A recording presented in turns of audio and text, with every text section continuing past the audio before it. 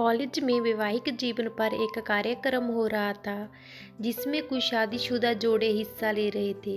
जिस समय प्रोफेसर मंच पर आए उन्होंने नोट किया कि सभी पति पत्नी शादी पर जोक मारकर हंस रहे थे।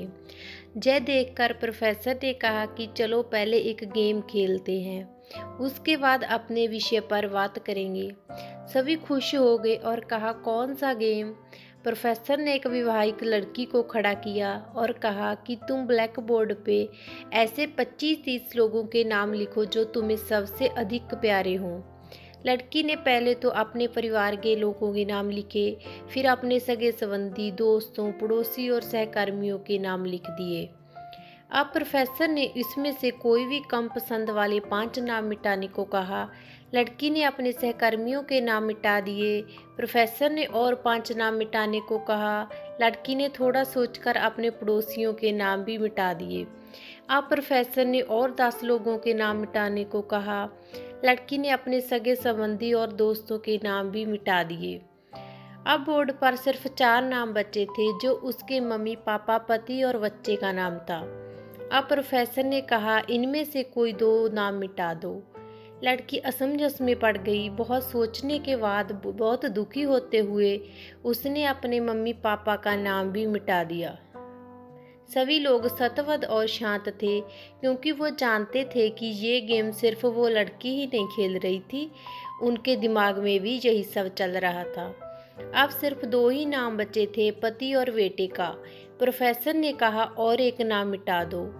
लड़की अब सहमी सी रह गई। बहुत सोचने के बाद रोते हुए अपने बेटे का नाम काट दिया। प्रोफेसर ने उस लड़की से कहा, तुम अपनी जगह पर जाकर बैठ जाओ, और सभी की तरफ गौर से देखा और पूछा, क्या कोई बता सकता है कि ऐसा क्यों हुआ कि सिर्फ पति का नाम ही बोर्ड पर रह गया?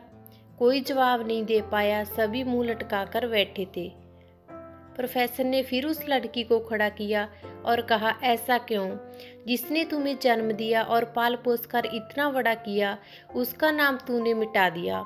और तो और तुमने अपनी कोख से जिस बच्चे को जन्म दिया, उसका भी नाम तुमने काट दिया।